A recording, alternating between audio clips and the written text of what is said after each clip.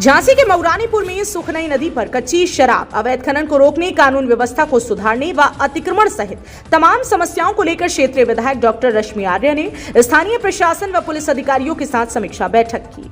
जानकारी के अनुसार पीडब्ल्यूडी रेस्ट हाउस में विधायक डॉक्टर रश्मि आर्य ने उपजिलाधिकारी इंद्रकांत द्विवेदी, क्षेत्राधिकारी स्नेहा तिवारी, तहसीलदार रामकुमार गुप्ता सहित कई विभागों के अधिकारियों की समीक्षा बैठक कर आवश्यक दिशा निर्देश दिए।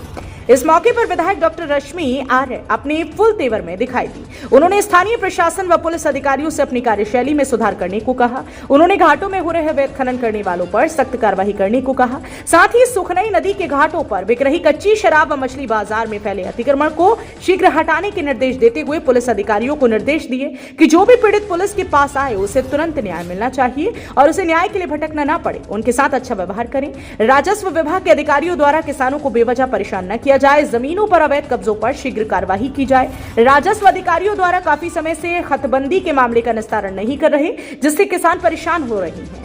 उनकी इन समस्या का जल्द ही टीम बनाकर समाधान किया जाए। इस मौके पर विधायक पति जयप्रकाश आर्य नगर पालिका चुनाव के बाद अब खुल करके बोले हैं। उन्होंने कहा कि जो नगर पालिका के पूर्व अध्यक्ष हरीशचंद्र आर्य ने नगर का विकास किया है, वो 117 लोग जो अपने को नगर पालिका अध्यक्ष समझ नगर पालिका को संचालित करने की तैयारी कर रही हैं, वो काट की हांडी चौराहे पर शीघ्र फूटेगी।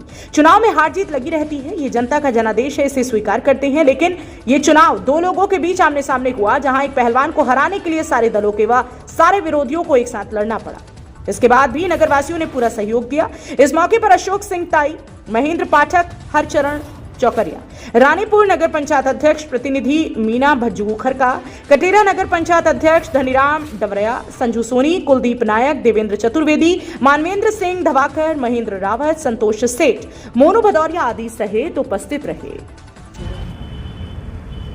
नगर निकाय के जो नतीजे आए हैं इस बार, क्या लगता है आपको हारने का कारण क्या रहा? हारने का मुख्य कारण ये रहा कि हरीशचंद्र आर्य जी को जो मऊरानीपुर की जनता ने वोट दिया है, उस वोट में कहीं कोई कमी नहीं रह गई। हारने का कारण है कि जिनके साथ गठबंधन था उन्होंने धोखा दिया साथियों, और गठबंधन के लोगों ने साथियों, जब 20 साल से लगातार चेयरमैन साहब हरीशचंद्र आर्य जी यहाँ लोगों की सेवा कर रहे थे साथियों, गठबंधन के लोगों ने धोखा दिया।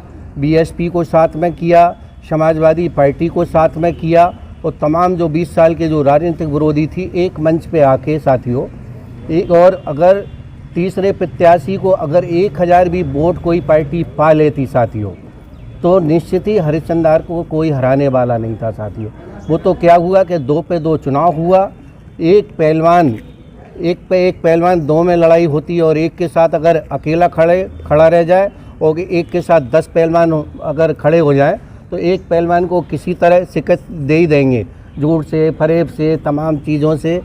तो यही कारण रहा कि साथियों के तमाम दलों ने हाथ मिलाया विकास पुरुष हराने के लिए। लेकिन मऊरानीपुर की जनता अभी भी आश्चर्यजनक है और विश्वास नहीं कर पा रही कि माननीय हरीशचंद्र आर्य जी को कैसे हार गए, क्या कारण रहा। निश्चित ठीक है, कोई कमी रही होगी, उसको आने वाले समय में जनता की जो सेवा है उसको साथियों उसमें कोई कमी रह गई होगी तो उसमें अधिक प्रयास करके, और निश्चित ही जिस तरह डॉक्टर रश्मि आर्य 2017 में चुनाव हारी थी और मात्र 6 महीने के अंदर आपने देखा होगा कि उनके कार्यों को याद किया गया और उन्हीं को क्षेत्र के लोग विधायक मानते रहे, और जब 22 में वो दोबारा चुन के आई तो उन्होंने एक इतिहास बनाया साथियों। मऊरानीपुर विधानसभा में 60,000 वोट से यहाँ की जनता ने जिताया है साथियों। इसलिए कह रहे कि ये काट की हांडी है, इसको तो आज नहीं 6 महीने बाद, 1 साल बाद फूटना ही है। इसके बाद यहाँ नगर की जो जनता है केवल हरीशचंद्र आर्य को याद करेगी और उनको कामों को याद करेगी, इसके अलावा कुछ नहीं करेगी।